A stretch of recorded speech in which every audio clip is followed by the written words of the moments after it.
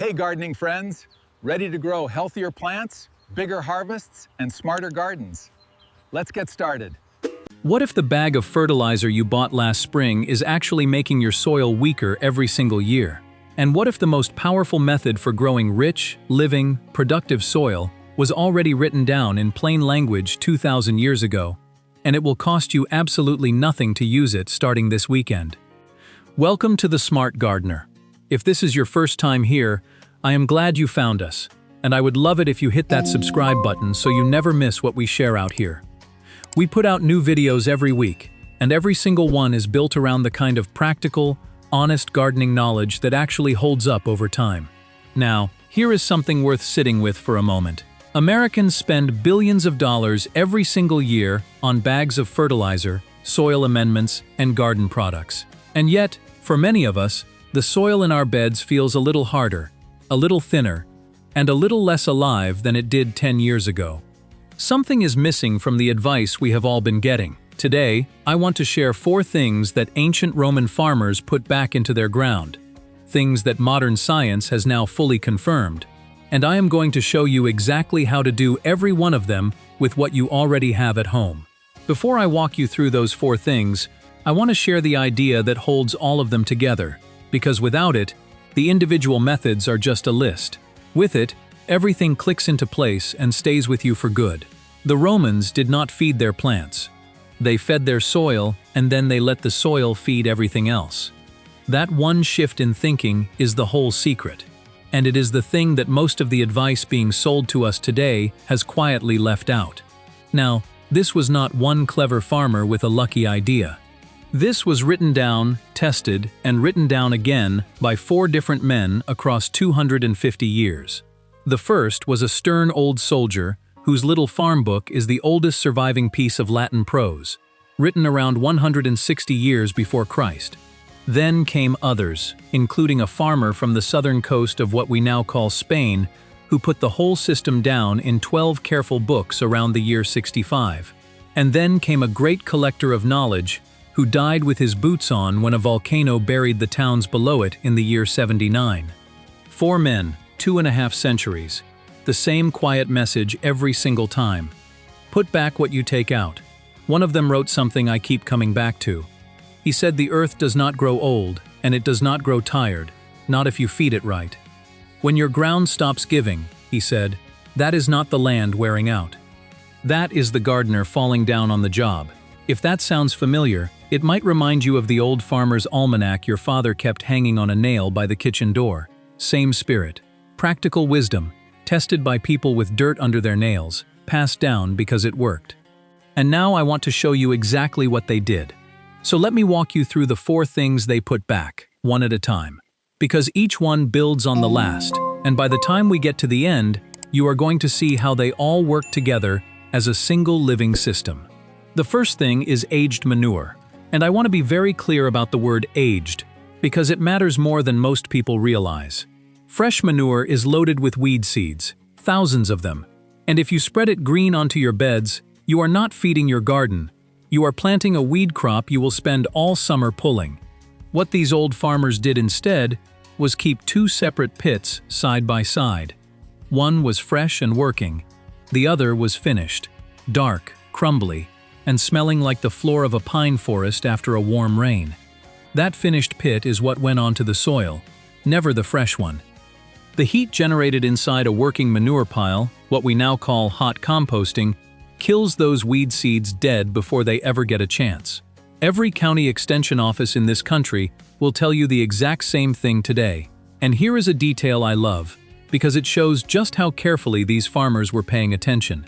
They actually ranked their manure by quality, the way a careful cook selects ingredients. Bird droppings sat at the very top of the list, richer than anything else. Below that came sheep and goat, then cattle. Each one matched to its purpose. The second thing is the compost pile itself, and the Romans were generous about what went in. Kitchen scraps, fallen leaves, spent straw, wood ash from the hearth, prunings from the garden, all of it layered together and left to become that same dark, sweet-smelling material. There is nothing complicated about it. A corner of the yard, a ring of old wire fencing, and time. A few months later, What started as a pile of scraps becomes something richer than almost anything you can buy in a bag, and it cost you nothing at all. The third thing is where it gets genuinely remarkable, and I want you to stay with me here, because the science behind this one took until the year 1888 to finally explain. These farmers would sow a field of legumes, plants like lupine, vetch, or clover. Let them grow up full and green, and then, just before the plants flowered, they would cut them down and turn them right back into the soil. They noticed, without having any way to explain it, that the ground was always richer after those plants than before them. Think about how strange that sounds. You grow a crop, you give nothing to the land, and somehow the land ends up better off. What two German scientists discovered in 1888 is that legume plants carry tiny knots on their roots, and living inside those knots are bacteria that pull nitrogen directly out of the open air and lock it into the soil in a form the next crop can eat. The Romans were running a free nitrogen factory, and the raw material was thin air. Today, if you scatter crimson clover, hairy vetch, Austrian winter peas, or winter rye across any resting bed this fall, turn it under come spring, you can add somewhere between 50 and over 100 pounds of nitrogen per acre to your soil, and it will not cost you a single dollar. The fourth thing is wood ash, and I want to slow down here because this one comes with important limits that you need to know. Clean ash from natural hardwood firewood is genuinely rich in calcium, somewhere between 20 and 25%, and in potassium, around 5 to 8%. Two nutrients your plants truly need. A cord of good oak ash carries enough potassium for a garden 60 by 70 feet. But here is where you have to be careful.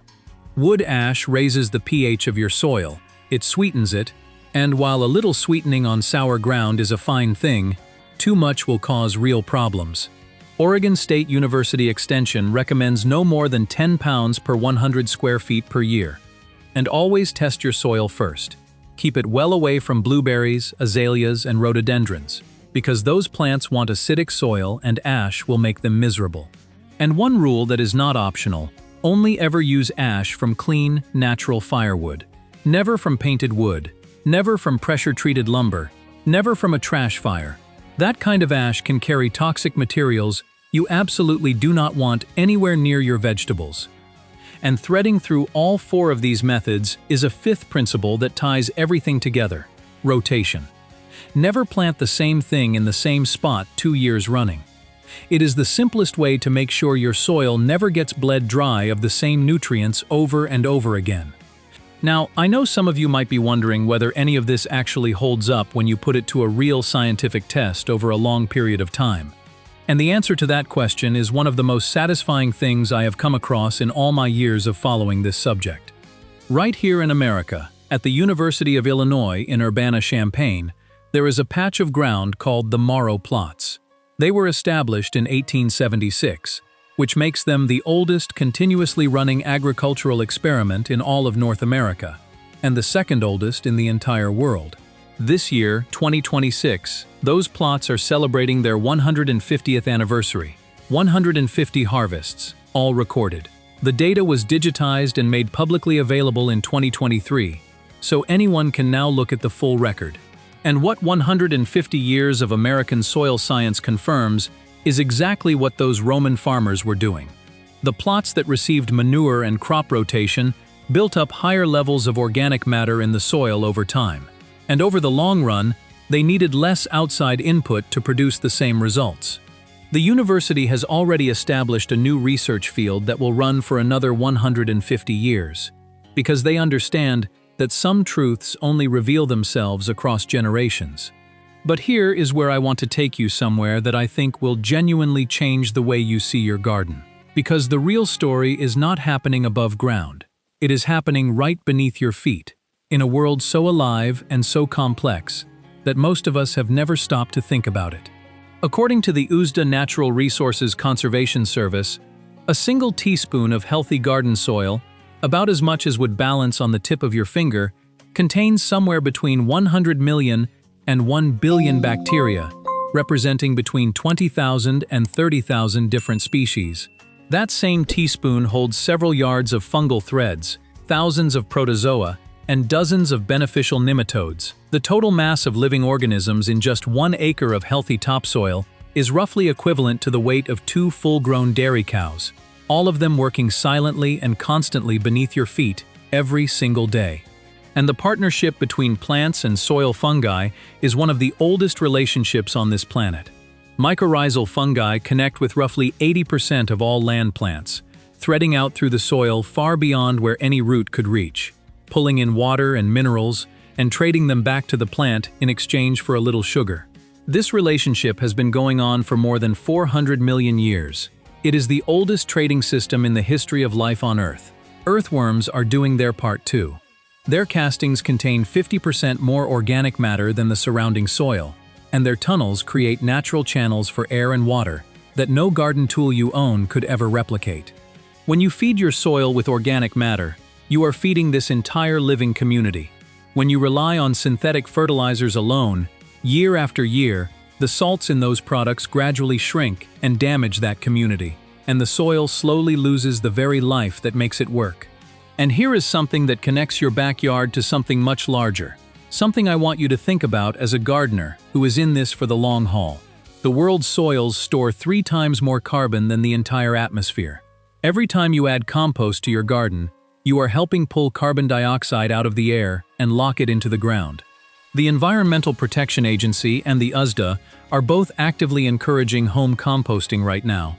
Not just because it saves money on fertilizer, but because the climate benefits are real and measurable.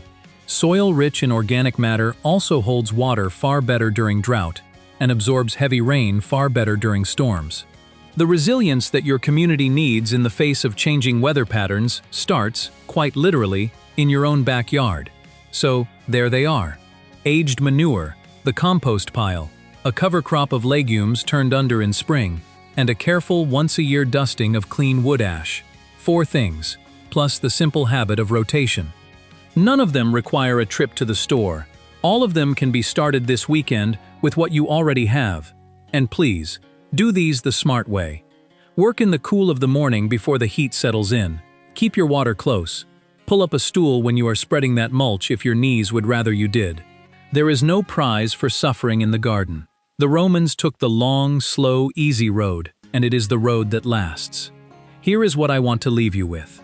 When you feed your soil instead of just feeding your plants, you are not simply growing a garden. You are joining a conversation that has been going on for more than 2,000 years. The ground you care for this season will feed hands that have not yet been born. That is not a small thing to leave behind. That might be just about the finest thing there is. If this sat right with you, go ahead and subscribe to The Smart Gardener so you never miss what we put out here. And check the description below. There is a free guide waiting for you with everything we covered today, laid out plain and ready to use. Now go feed your soil, friend. It has been waiting a long time for someone to remember how.